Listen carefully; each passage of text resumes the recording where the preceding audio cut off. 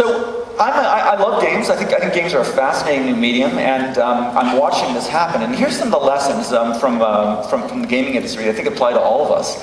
So when the games are free, what can you charge people for?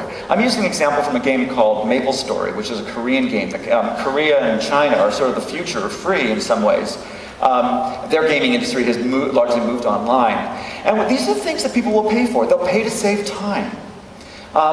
In the games, there's two ways to get to this other world. You can either walk to the other world, which takes a long time, or you can buy a teleportation stone.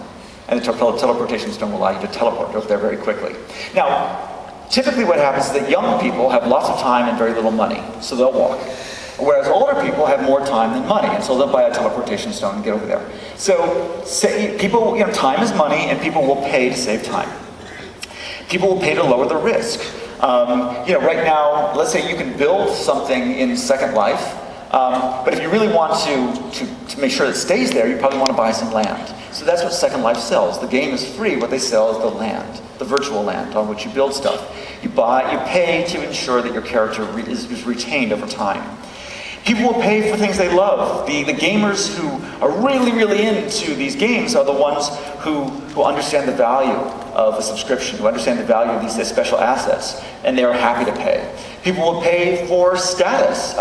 If you have kids, you may know games like Habba Hotel or Club Penguin or Neopets or things like that. There, what you can buy is cool hair, or a better outfit, or a cool face, or a pet, or furniture for your igloo, things like that. Each one of those gives you greater status. People will pay for that. And people will pay, and this is the worst of them, but necessary, people will pay if you force them to. If you can say, look, it's 30 days free, and then you're out unless you pay, some people will pay. Now, it's not the best way to make them pay because they feel bad about it, but they will pay. And getting that balance right, trying to make it feel less punitive and more sort of sensible, is an interesting model that's happening in video games right now.